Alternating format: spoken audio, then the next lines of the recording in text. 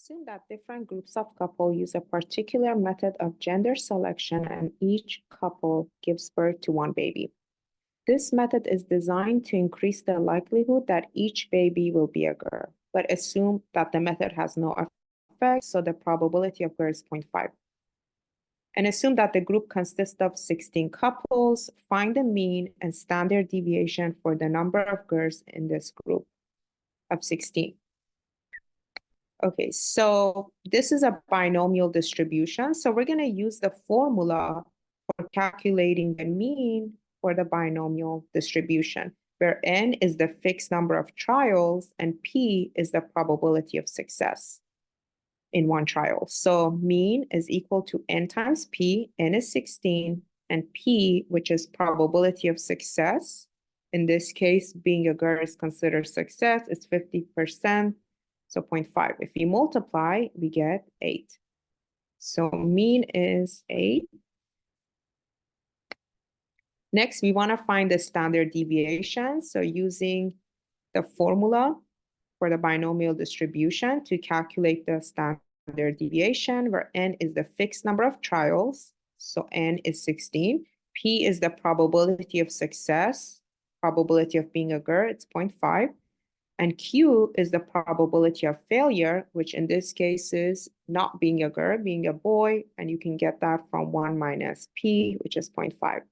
So the formula is square root of NPQ. N is 16, P is 0.5, Q is 0.5. We multiply, we get 4.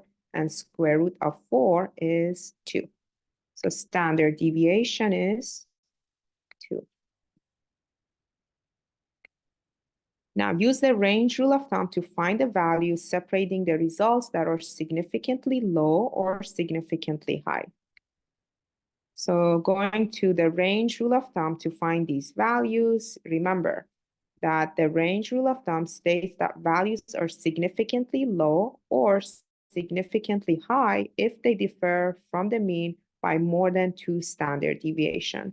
So significantly low values are values that are less than or equal to mean minus 2 times the standard deviation. We have the mean, which we got above, minus 2 times the standard deviation. I get 4 for significantly low.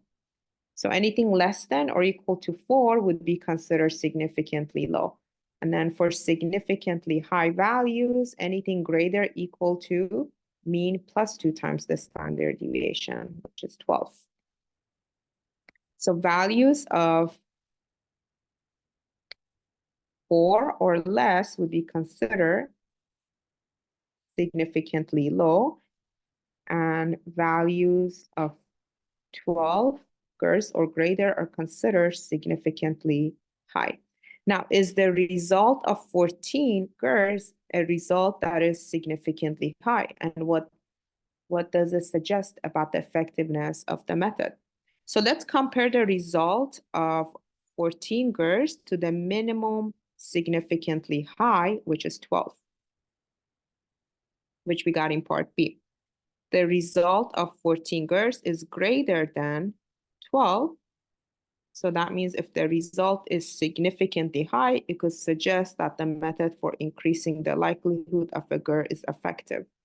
So the result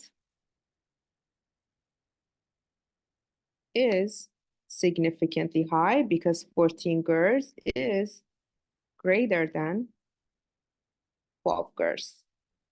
As a result of 14 girls would suggest that the method is effective.